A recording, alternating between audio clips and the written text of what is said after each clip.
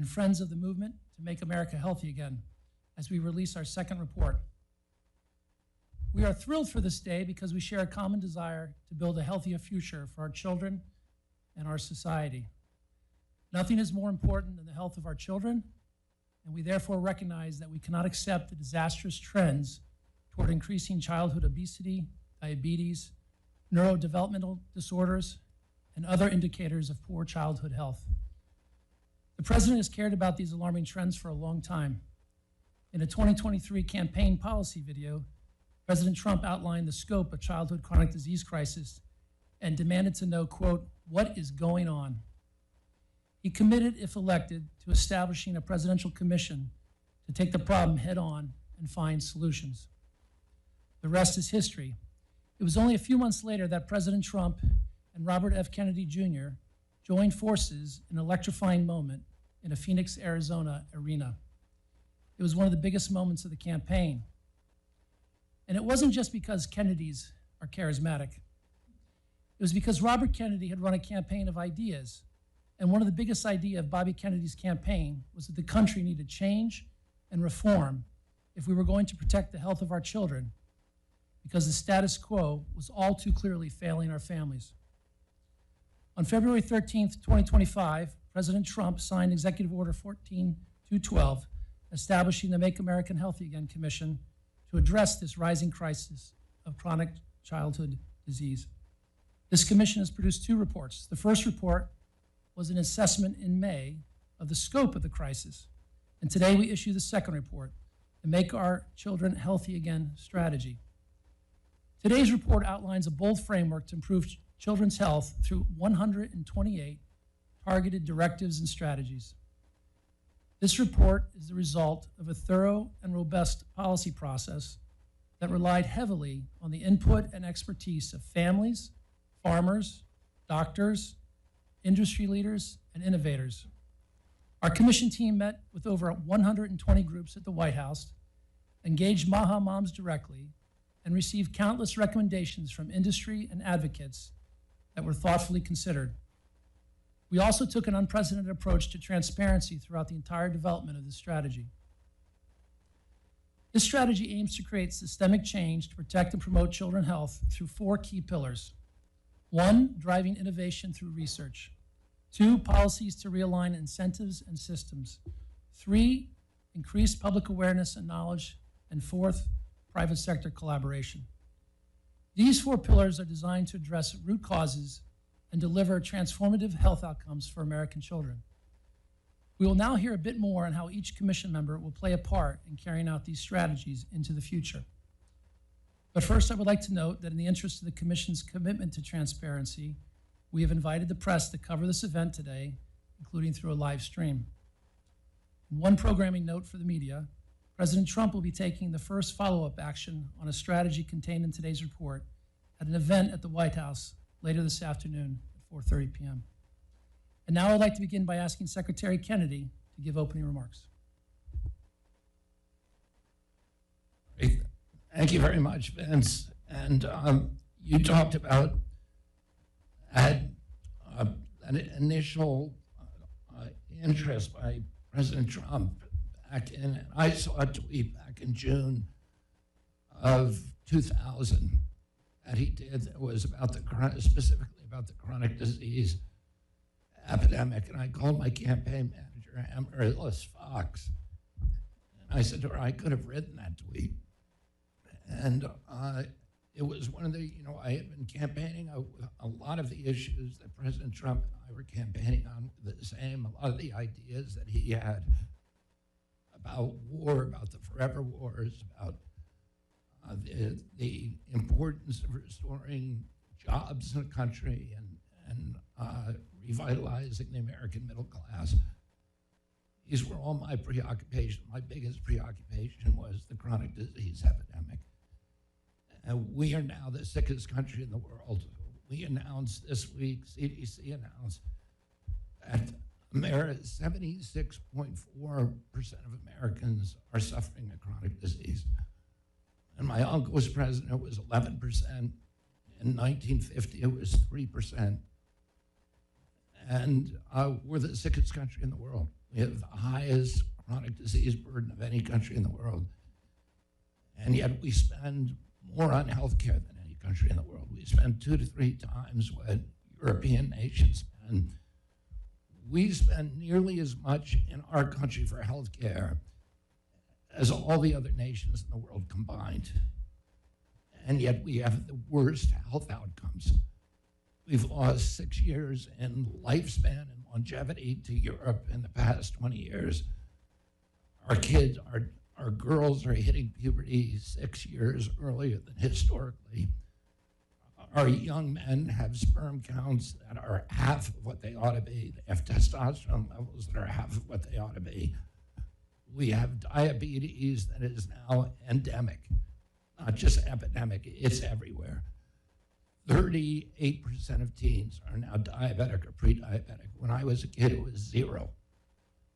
And the autism rates, which the president is particularly concerned with, have dropped from less than 1 in 10,000 in 1970 to 1 in every 31 kids today. So this is a national security issue. 8 out of 10 of our children, of our young men, cannot qualify for military service. It's national security, it's our economy, it's wrecking. This is an existential crisis for our country, and I'm so grateful that I work for a president that is willing to run through walls to stop this and to heal our kids. We have the most business-friendly president probably in history.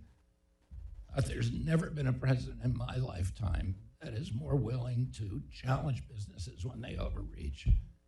It was more fearless about challenging entrenched interests in our society. And so many times I've had discussions with him about a certain injury or illness, and how unpopular it will be if we talk about the solutions, which are going to hurt certain businesses. And he said, I don't care. He says again and again, I don't care. This is children. We need to save the children. Oh, I'm very, very grateful to work for him. I'm grateful that a lot of these 128 recommendations are things that I've been dreaming about my whole life. I've been working for in congressional campaigns and presidential campaigns for other candidates. And they get into office and they say, well, we just can't do it. A lot of these things are things that I never thought about. It came from our discussions. We met with 150 farmers and farm organizations. We met with every kind of stakeholder, with doctors, with patients, with just regular Americans, and with school teachers, with people who are deeply, deeply concerned about what's happening to our children. There's never been an effort like this across all the government agencies. We had historical, unprecedented cooperation among my agency, HHS, with Morty McCary and Jay Bhattacharya, all working hand in glove with each other, working with the other agencies, with Brooke Rollins at USDA, with the U.S. Trade Representative, with Lee Zeldin at EPA, and the other cabinet secretaries. And all of us are aligned. All of us are balancing complex issues with many, many diverse stakeholders. We're looking at economic impacts and health impacts and environmental impacts. And we're trying to make a policy that is going to work. And as I said, we have 128 recommendations. And I'm going to tell you about some of our wins that were accomplished, which are specific items in this report, things that we're going to get done before the end of the year. We have accomplished more already than any health secretary in history. And the accomplishments we're going to have by the end of the year are going to be historic and unprecedented, including removing harmful chemicals from our food, including the 9 petroleum-based food dyes. We'll either have removed them or have committed deadlines to remove them, defining for the first time ultra-processed food, the front of package labeling for ultra-processed foods, requiring nutrition and metabolic health courses in medical schools, something that is not happening except in a very limited way today. Closing the grass loophole, improving food for our military, our schools, and our hospitals, updating water quality standards, including PFAS, removing Medicaid quality metrics to measure real health improvements through fitness and nutrition, working across the government to provide more assistance to farmers to support soil health, unleash innovation, and remove the barriers that hamper small farms, reforming SNAP by working with states to remove soda and candy from the program. And I want to thank Brooke for her very, very aggressive work and encouraging states to, which we've gone all across the country talking to governors and legislatures to encourage states to file SNAP waiver petitions, establishing, again, front-of-pack food labeling for sugars, for sodium, for ultra-processed foods, reforming infant formula standards and acknowledging it and addressing vaccine injuries. These are bipartisan reforms. Many of them would be unthinkable 2 years ago. We are focusing narrowly on nutrition and metabolic health, food quality, cumulative exposures, gut microbiome, precision agriculture, and mental health. And we're doing all these things with each other cooperatively, and we're doing them very, very quickly. After this event, I'll be going to the Oval Office, make another historic announcement with the president that is part of these recommendations that I think, again, is going to challenge a lot of industries, very, very powerful industries. But the president is fearless. So I want to thank Vince for your leadership on this committee, and I want to thank all of my colleagues in the cabinet, Heidi Overton and Callie Means, who played critical roles in putting this list together. And I want to hand it over to my colleague, Brooke Rollins. Well, thank you, Bobby, and thank you, Vince, and my other cabinet colleague, good friend Lee Zeldin, and everyone here today. It is another historic day, and I know we are really saying that quite a lot, but seemingly every day is unprecedented with continued aggressive and intentional actions to save America.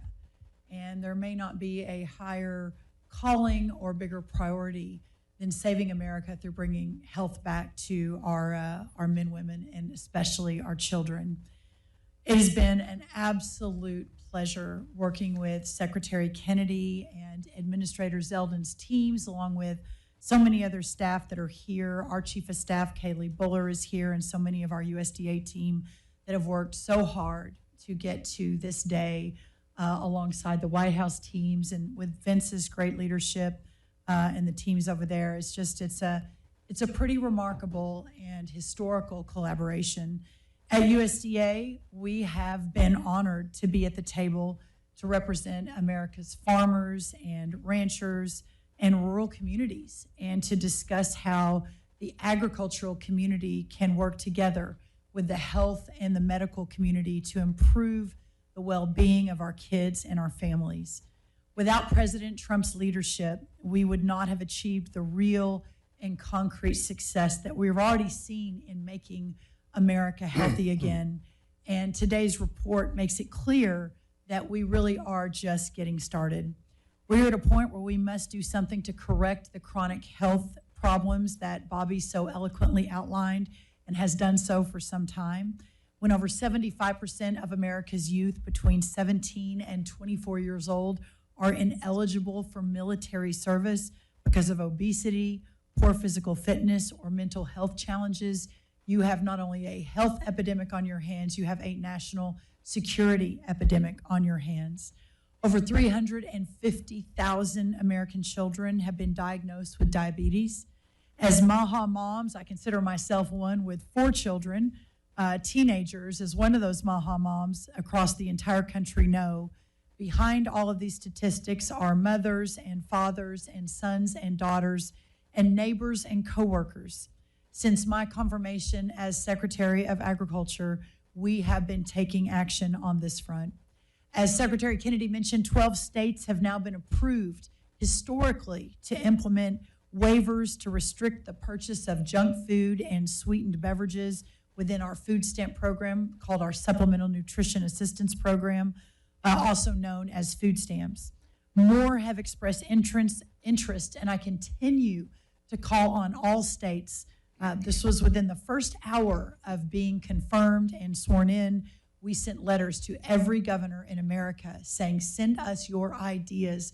We have an epidemic on our hands. And all states, blue and red, to innovate and put the nutrition back in the Supplemental Nutrition Assistance Program. We've also been working very closely, and I have to give great credit to Bobby Kennedy.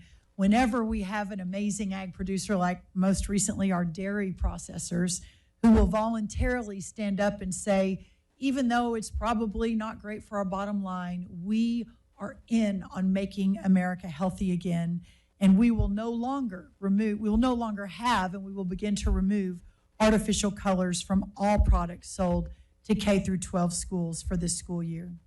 Some of America's largest and best known consumer brands have voluntarily committed and have begun removing petroleum food dyes from their products. This remarkable list includes Tyson Foods, PepsiCo, Smucker, Kraft Heinz, General Mills, Conagra, Nestle, and Hershey. I am also proud today to announce the issuance of a revised farm-to-school request for applications. This RFA takes multiple steps in support of USDA's initiative to put farmers first and to promote healthy choices, healthy families, and healthy outcomes. This year's opportunity streamlines the application process, supports expanding access for small family farms to markets, and infrastructure by facilitating connections to the child nutrition marketplace, which is a huge government-funded marketplace with the opportunity to really move the market. Furthermore, the grant program's commitment to educating children about the source of their food and support for agricultural education helps prepare our next generation of farmers. We are utilizing the depth and reach of USDA to make America healthy again. To date, we have purchased nearly $1 billion. USDA has purchased nearly $1 billion worth of fresh seafood, fruit, and vegetables from American producers through our Section 32 program. These foods are distributed to food banks and other nutrition programs across the country. We'll continue to actively work with Secretary Kennedy in crafting the dietary guidelines, which will be out very, very soon. And within those guidelines, we will be completely resetting and reworking what we suggest to Americans that has a massive, massive impact on how USDA distributes our programs. Federal nutrition advice must be sound, simple, and clear. These guidelines will prioritize whole, healthy, and nutritious foods, such as whole fat dairy, fruits, vegetables, and meats, and suggest limiting highly processed foods and those high in sugar. President Trump and our colleagues on the MAHA Commission know our current health outcomes, especially for our kids, are unsustainable, and that American farmers are at the heart of the solution. Chronic disease is a challenge in our country. Most American children's diets are dominated by highly processed foods filled with added sugars, unpronounceable ingredients, and additives. We know the American food system is the safest in the world, but now we must do what it takes to make it the healthiest in the world. As the proud representative of America's farmers and ranchers in Washington, second only to President Trump, I am so encouraged by the roadmap that this report presents today. It shows where opportunities exist to improve technology, research, and outcomes. America's farmers and ranchers dedicate their lives to the noble cause of feeding our country and the world, and in doing so have created the safest, most affordable, and most abundant food supply in the world. And now is the time to act. Using the power of the executive branch, the whole of government approach across our entire cabinet in the White House, USDA will continue to deregulate, to research and to promote solutions that not only improve nutrition programs and their outcomes, but also regenerative agriculture practices and other conservation programs. USDA's upcoming regenerative pilot program is built to address on-farm resource concerns while also providing farmers with usable, outcomes-based conservation plans. Additionally, we will leverage existing funding from research agencies to produce applied science informing farmer decision-making on regenerative agriculture. It is a new day at USDA. Our farmers and ranchers know that I, and most importantly, President Trump, have their back and that their voices will be heard as we continue to promote the work of the Make America Healthy Again Commission. I want to thank President Trump, Secretary Kennedy, Administrator Zeldin, Dr. McCary, Dr. Bhattacharya for their leadership, collaboration, and teamwork, and the rest of the leadership here today. Thank you, and I look forward to answering any questions at the end of the reports. Thank you, Secretary Collins. Now we'll hear the perspective from the EPA, Administrator Lee Zeldin. Well, thank you, Vince. Making America Healthy Again was a mandate that we heard loud and clearly from the American public last November. It's a mandate that the American public demands.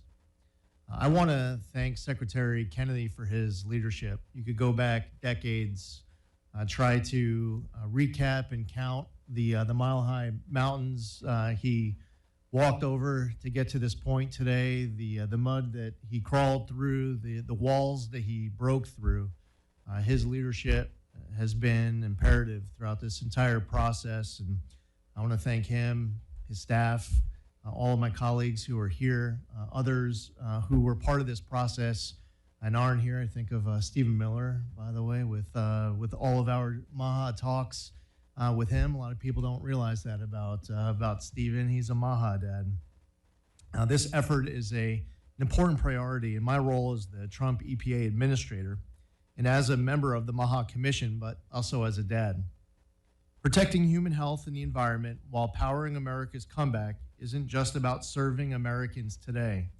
It's about ensuring future generations inherit clean air, land, water, and the foundation for healthy lives. The American public can count on President Trump, can count on Secretary Kennedy, and can count on those around this table to help MAHA moms and dads across America not just get the answers they deserve, but know that they have a partner in the Trump administration to do something about their concerns.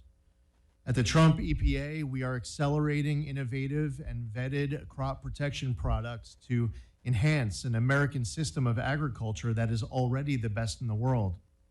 At the same time, EPA is aggressively confronting and addressing the threat of banned pesticides imported or smuggled into the United States from China and elsewhere. These are highly toxic substances that can be fatal to humans and animals and damage our environment. It is a top priority in line with the Make America Healthy Commission to protect Americans from this threat. This year, the Trump EPA rejected 6 herbicide products from Sharda CropChem because the company's applications had multiple errors, including wrong calculations, studies that didn't match the actual ingredients, and other data problems. When the EPA asked the company to fix these issues, they didn't respond, so the applications were rejected. We can ensure the safe use of the chemicals EPA regulates, not those illegally imported or otherwise proven to be dangerous. The safe use of chemicals is responsible for transporting, building, feeding, and powering the great American comeback. At the Trump EPA, to ensure more timely reviews, we are increasing scientific capacity in our Office of Chemical Safety and Pollution Prevention and Office of Water. We're also looking at new ways to use advanced technology and science to inform decisions. We are committed to ensuring all work conducted by EPA is consistent with gold standard science, including the work of our chemicals, air, and water programs. Together with USDA and in partnership with the private sector, EPA is working to advance precision agriculture. I've seen demonstrations in my travels throughout the U.S. using drones, computer-assisted spray technologies, and robotic monitoring. And by the way, during those travels across the country, especially over the course of these last couple of months. And I heard Secretary Rollins touching on this shortly before we gathered out here. The feedback from America's farmers, heaping praise on Secretary Kennedy, on Callie Means, on Dr. Heidi Overton for all of the meetings, the consultation over the course of these last few months. We've heard it from states all across America, and it really shows just how wide-ranging and thoughtful Secretary Kennedy and his team have been throughout this process. By focusing on working with our partners at USDA and HHS, especially in permitting, crop protection, and agricultural inputs, EPA can directly support healthier outcomes for children. Prioritizing new approach methods moves us away from animal testing and will provide new tools to look at impacts of chemical exposures, including cumulative exposures. This strategy outlines the keys to success, from pro-growth policies that advance research to drive innovation, to private sector collaboration and increased public awareness. I look forward to continuing to work collaboratively across the federal family to ensure our kids and our environment are protected. This approach is directly targeted at solving the crisis of America's childhood chronic disease. I want to assure that ultimately the safety, especially that of children, that science and the law will all guide the great work we're doing and we're going to continue to do over the course of this administration. America will continue to be the energy, industrial, and agricultural power of the world, and we can continue this while ensuring we have the healthiest children. Thank you to the American public for putting President Trump in the Oval Office. Every day that he is there, working closely with this team that he has assembled with all of those amazing, passionate Maha moms and dads all across America, every day we will do our part working together to make America healthy again. Thank you, Lee. We will now hear from Dr. Jay Bhattacharya, the Director of the National Institutes of Health. Thank you.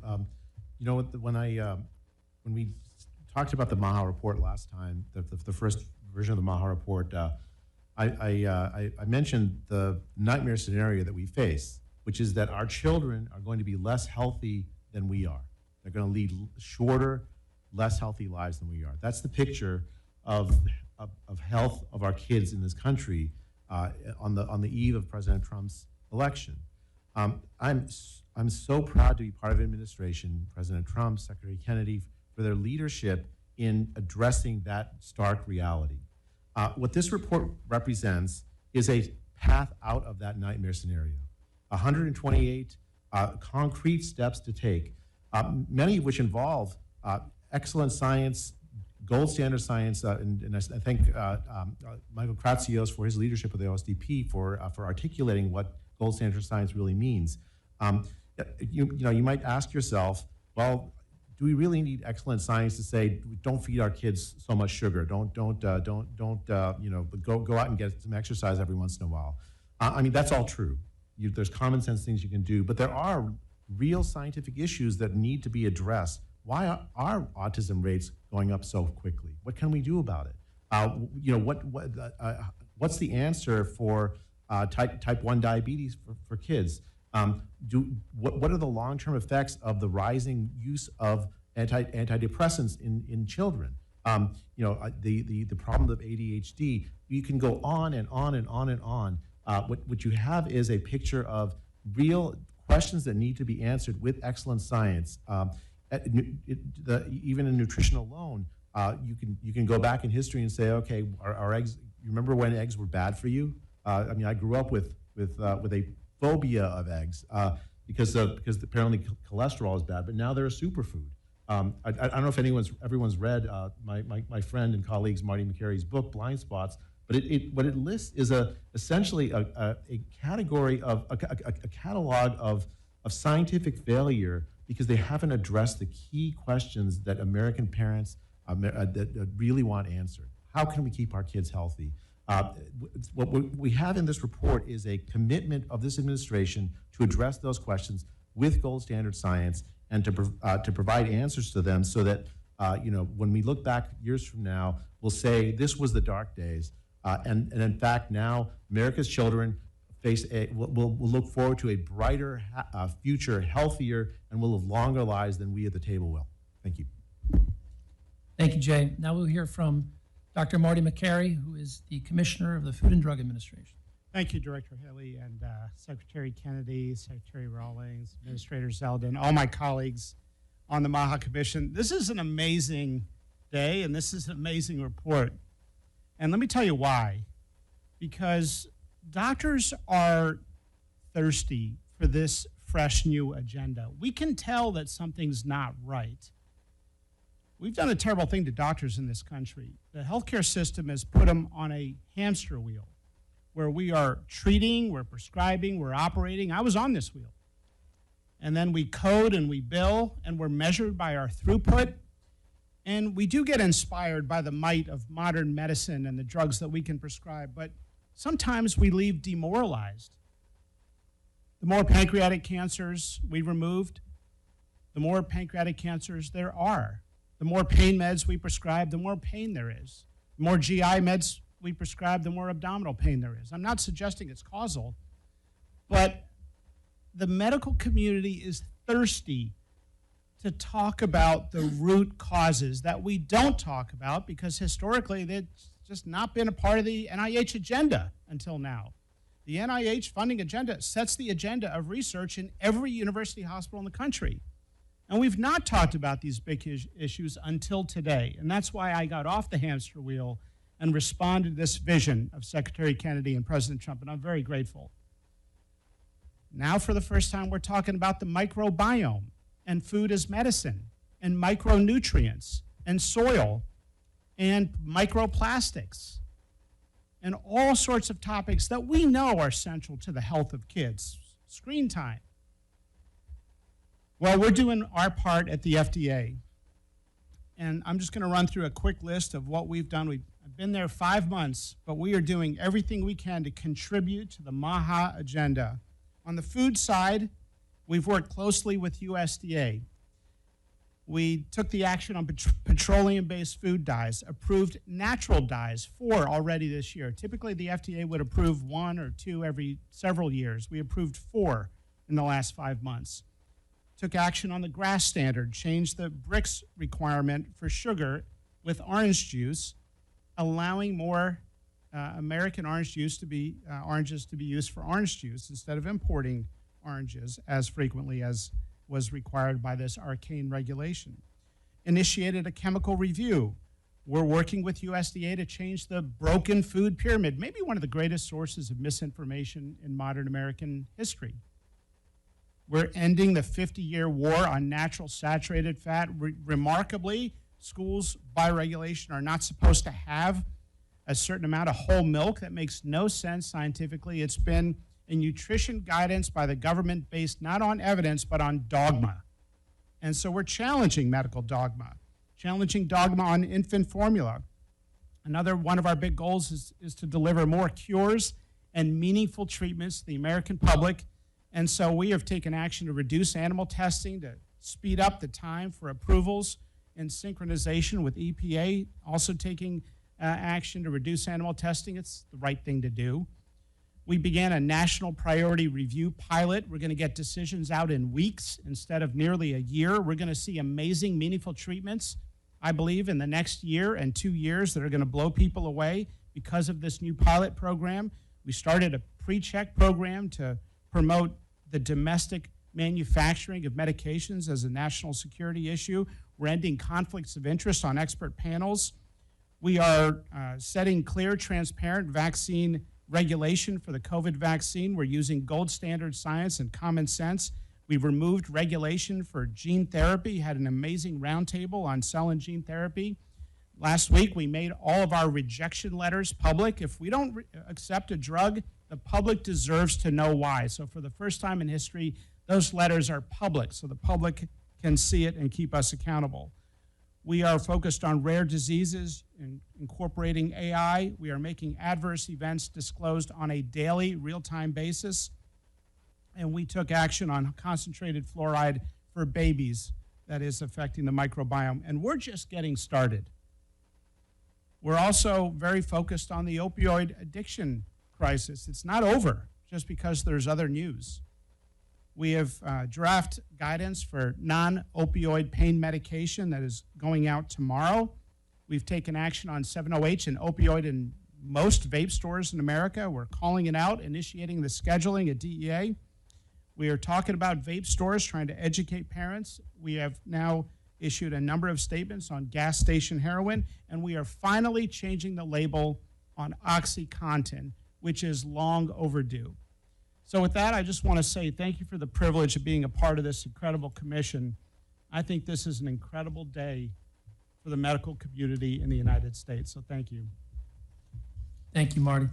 We'll now hear from Jim O'Neill, who is the deputy at the HHS. Thank you. All Americans deserve to be healthy, and we're going to get there. And this commission and this team of agencies is going to help us achieve the goal of making America healthy again. And I'm very grateful to President Trump for giving us that mandate and this commission. Under Secretary Kennedy, HHS supports rigorous science and radical transparency, and we need that everywhere, but nowhere is that more pressing or more valuable than at CDC. Over the past 15 years, sadly, CDC presided over rising chronic disease and flatlining longevity, and trust in our public health agencies collapsed. Together, we're working to refocus CDC to its original 1946 mission of protecting Americans from infectious disease. That's working. To do so, we must earn the trust of the public through integrity and radical transparency. We know chronic disease made COVID especially deadly because of the interaction between infectious disease and chronic disease.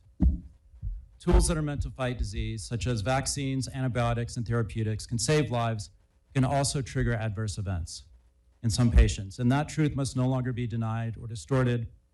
We're bringing transparency and research to this critical connection. We're also investigating the health effects of substances, including microplastics, fluoride, and PFAS. Several childhood cancers have rising incidence among American children, likely due to changes in diet or the environment. CDC has set up a nationwide childhood cancer environment program, a pediatric cancer training initiative to address the knowledge gap about hazardous exposures and childhood cancer among pediatric oncology providers. We're researching the connections between pediatric oral health with chronic disease and cognitive development. We're also reviewing financial links between our science agencies and food and pharma companies. We require more transparency to prevent regulatory capture and fund independent research that is objective and unbiased. Heart disease, diabetes, obesity, and other diet-related illness kill 7 out of 10 Americans. Nutrition drives disease, and it must be at the core of our response, beginning with medical education.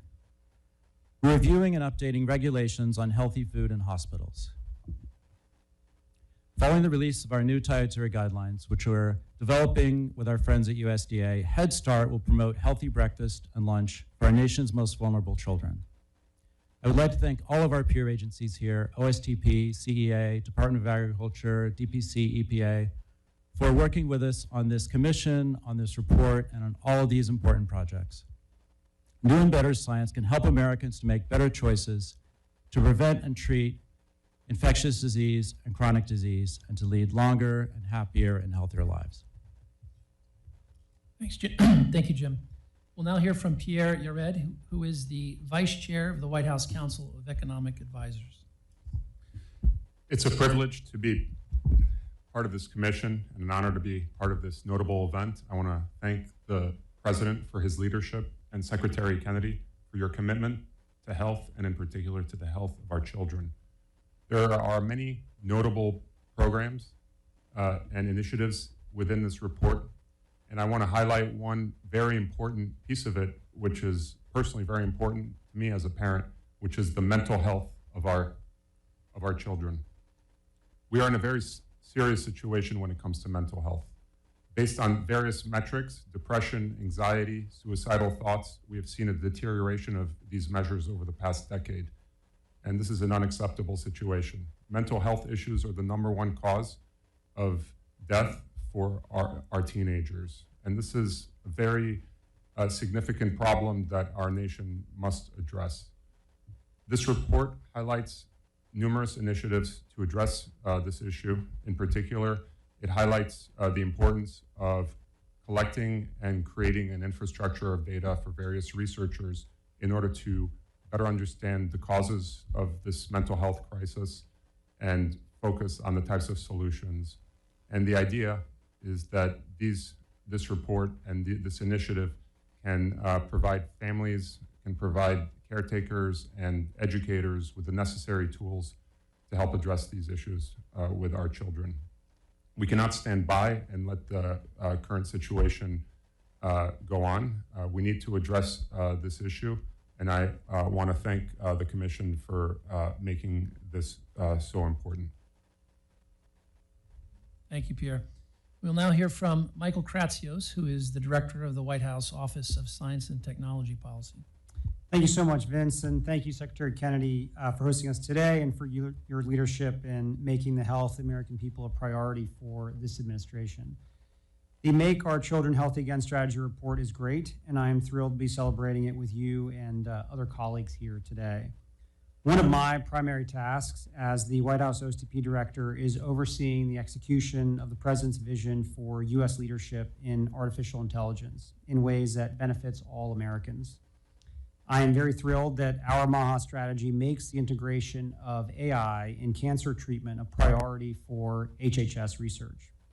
I truly believe that, trained on the appropriate data sets, the statistical pattern recognition that constitutes our cutting-edge AI models will revolutionize early diagnosis, personalized treatment planning, real-time health monitoring, and preventive care in ways that will really transform patient outcomes for Americans of all ages, but especially for America's kids. I'm very confident that AI will be a critical part of preventing and treating pediatric cancer because it's already being used to fight cancer in adults.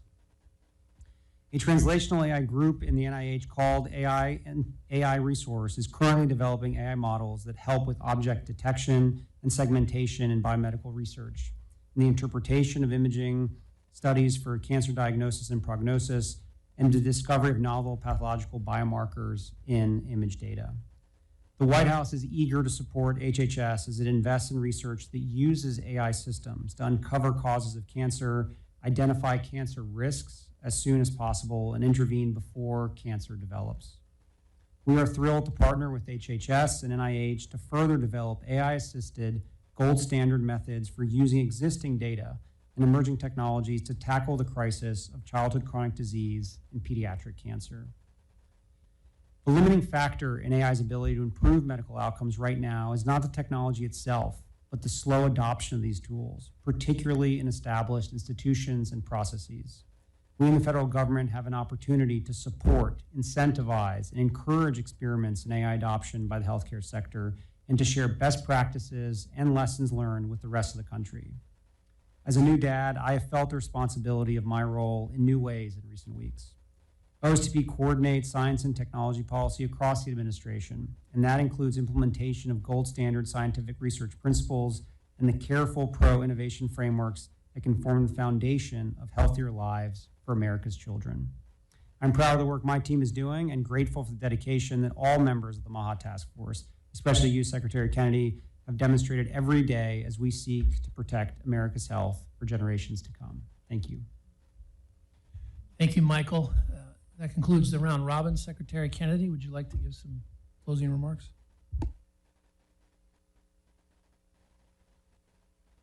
I'm very proud of the work of this commission, and I'm very proud of the outcome. And again, I want to thank the people who made this happen and who are working on the details day by day, Dr. Heidi Overton and Callie Means.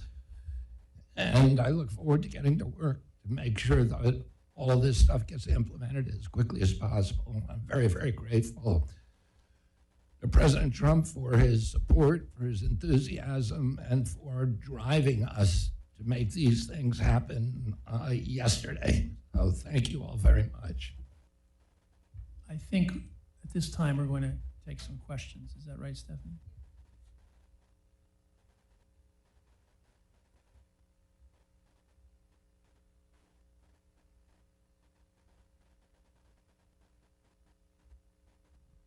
Hello? Okay. So if press can please keep your questions to relevant of what we're talking about today. We'll pass around this mic.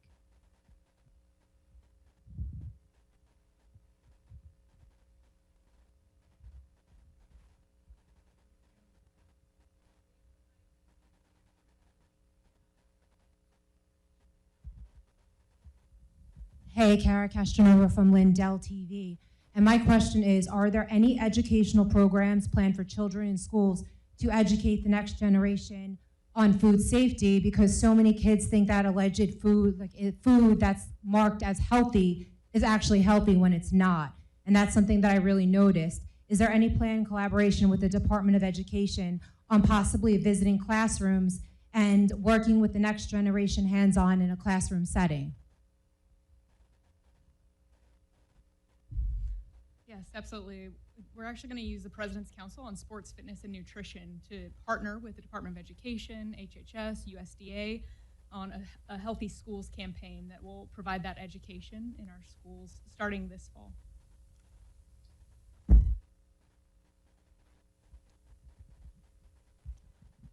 Thank you all for doing this. I appreciate it. My name's Lisa Desjardins. I'm from the PBS NewsHour. Also the mom of a 9-year-old, so you have my attention already. 2 questions. One, pesticides has been something that you've mentioned as a concern. You mentioned the 6 pesticide applications that you rejected.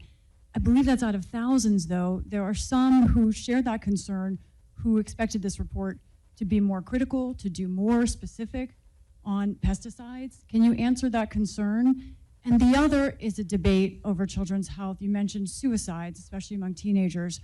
There is a debate over mental health and firearms in this country and the impact on children's health. Was there ever a discussion of looking at firearms and the health of our children related to that? So those 2 questions, pesticides and firearms. Thank you.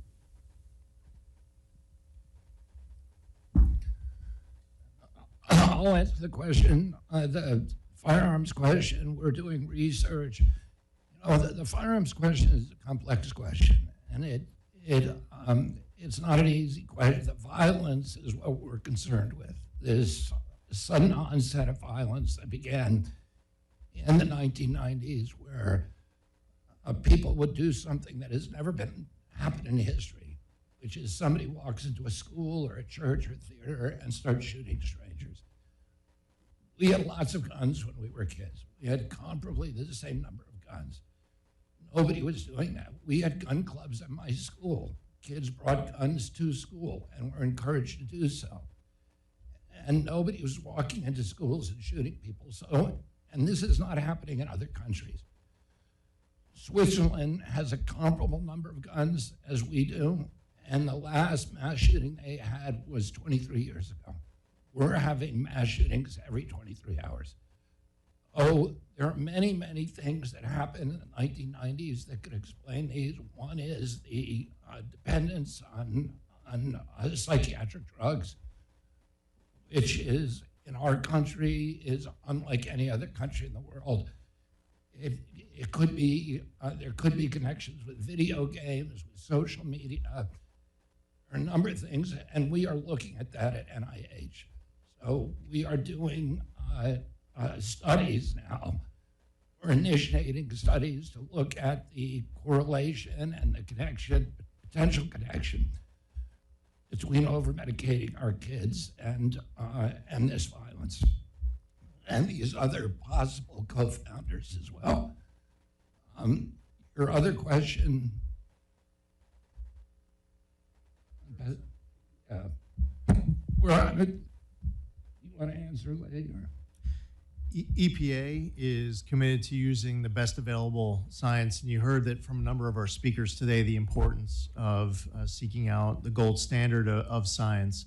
As I covered during my remarks, we are concerned from an enforcement standpoint, the use of illegal pesticides, the importing of pesticides into the country, and working with other partner agencies to crack down on that.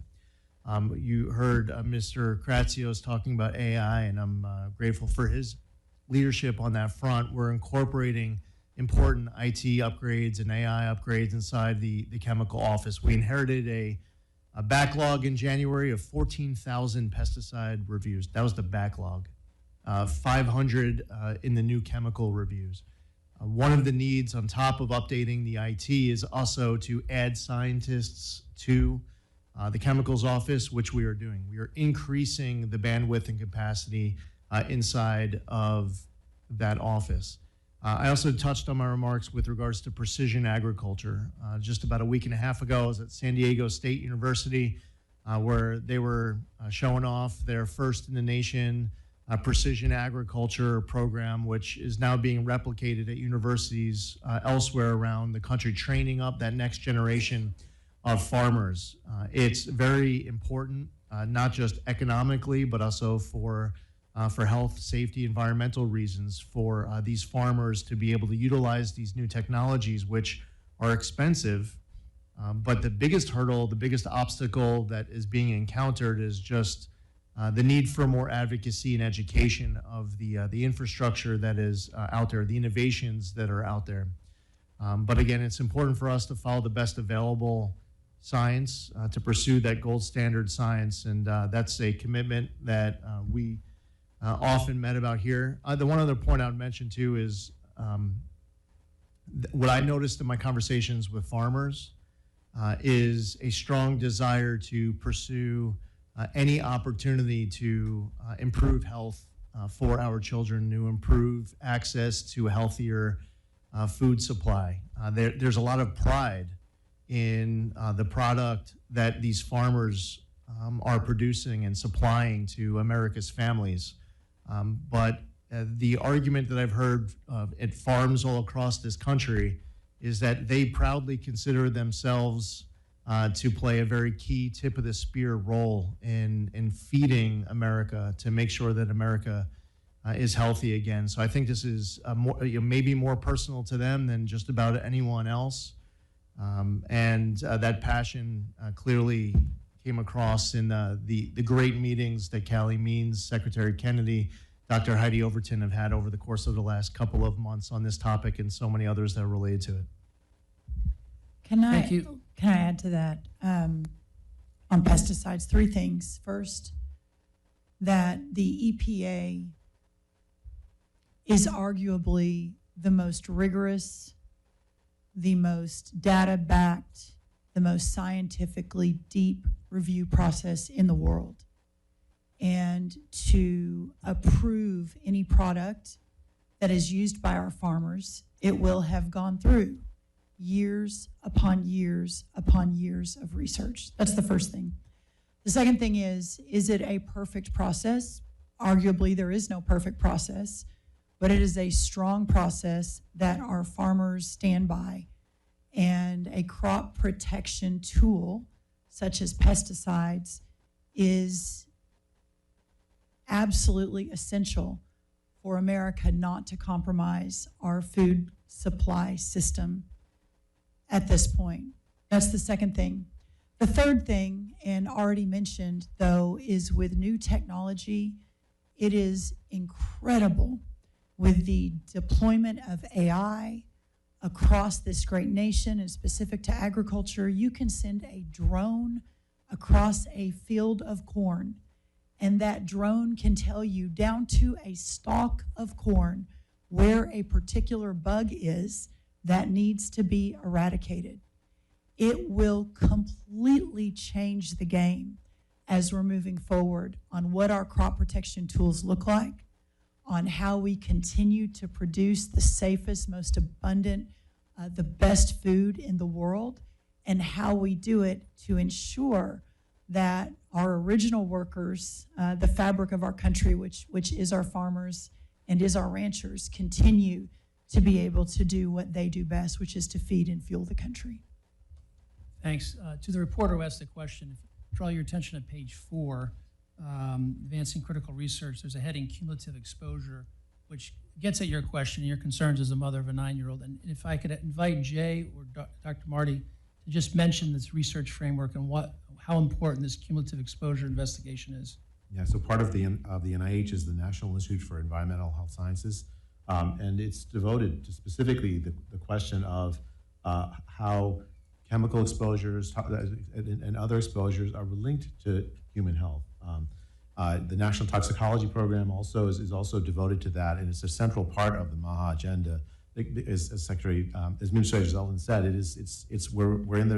we're applying gold standard science to get answers. The goal isn't to just willy-nilly say you can't do this or you can't do that, but to get like excellent science devoted to questions about what pesticides are associated with bad outcomes in human health and what aren't. And so that to address these complex policy questions about how to have a food network of this country that supports the health of the country while allowing farmers to remain the most important productive force in the world for nutrition.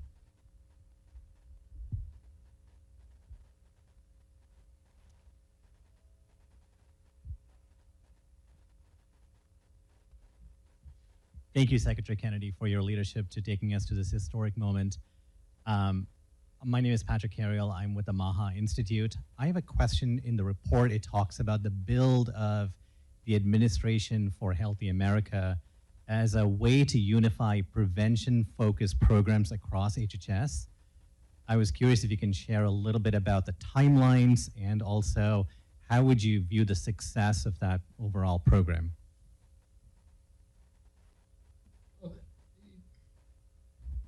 The various sub-agencies that were looking at health outcomes from toxins, from food, and from air and water were dispersed around all the agencies. There was a lot of duplication and no real targeting of results. And what we're doing is we're making sure that everybody at HHS and all the agencies at CDC, NIH, and FDA wake up every morning and know what their mission is. And their mission isn't just to check boxes or to study one exposure or another. Their mission is to make America healthy again. And part of that is eliminating the duplication and consolidating all of these research efforts in a way that we can direct them to that outcome. That's never been done before in our agency. There was no real sense of mission. And that's why, our agency has increased in size enormously since the 1970s, and our health is getting worse and worse. We grew 38% during the Biden administration. Our workforce increased by 17%.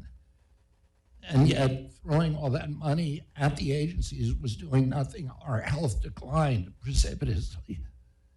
And so what we're doing is streamlining the agency and consolidating it so everybody knows what their job is and that they're working together in unison. And all the disparate groups that were studying little different silos of the health crisis are now consolidated, and they have a clear outcome in mind, which is to end chronic disease in our children. And it's measurable, and so that's what the reorg is about.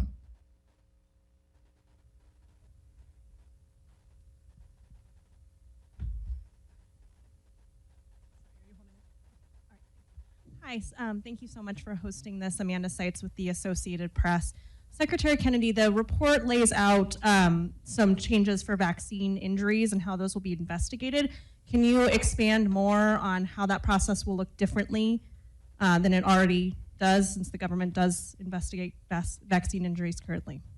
Yeah, I mean, there has been no investigation of vaccine injuries in the past. The knee-jerk reflexive reaction to by the agencies toward people who said that they had vaccine injuries, or to doctors who said my patient was injured, was denial that this isn't happening. And every medication has side effects, and they cause injuries that are rare. The people who are injured deserve the same kind of care and consideration that we give to anybody who's injured in this country.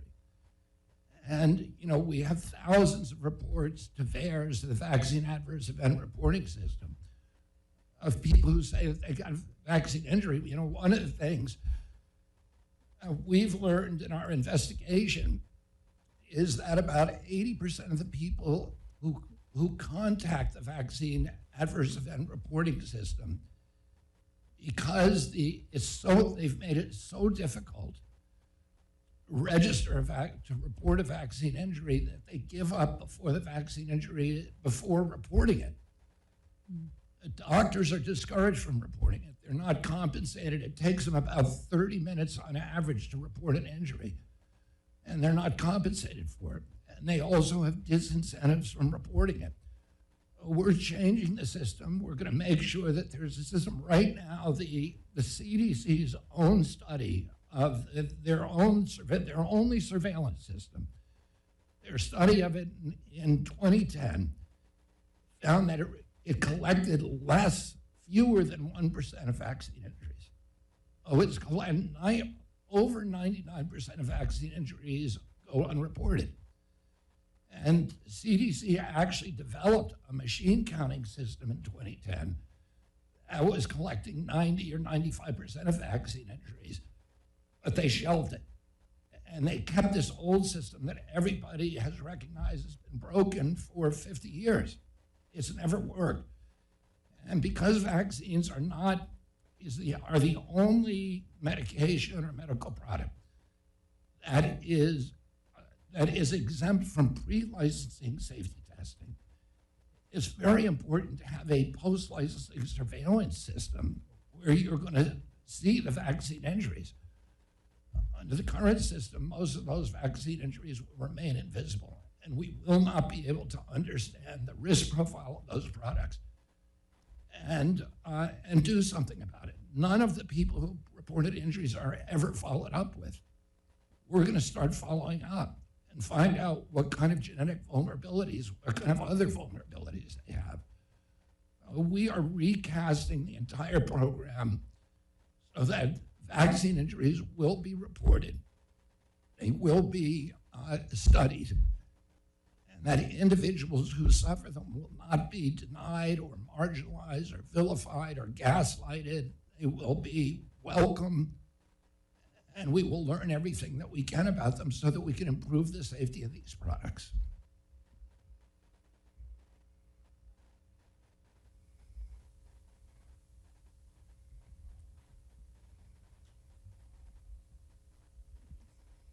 Thank you. Cheyenne Hazel with ABC News. I was wondering, Secretary, if you could respond to what the President said on Friday. On the same note here, he said there are vaccines that just work, pure and simple. I was wondering if you disagree with those comments he made on Friday, and if you could tell us more about your plans on the host of vaccines outside of just the COVID vaccine, if you have plans to change any of the rules around those vaccines and access to them. There's a committee, the Advisory Committee of Immunization Practices, is reviewing the science on every vaccine. They're reviewing the reports in the vaccine adverse event reporting system and in the scientific literature. And they will be reviewing vaccine recommendations. So, that is something, there's a panel of experts. It's going to meet again, I think, on September 18th, and they're going to do a real gold standard scientific review.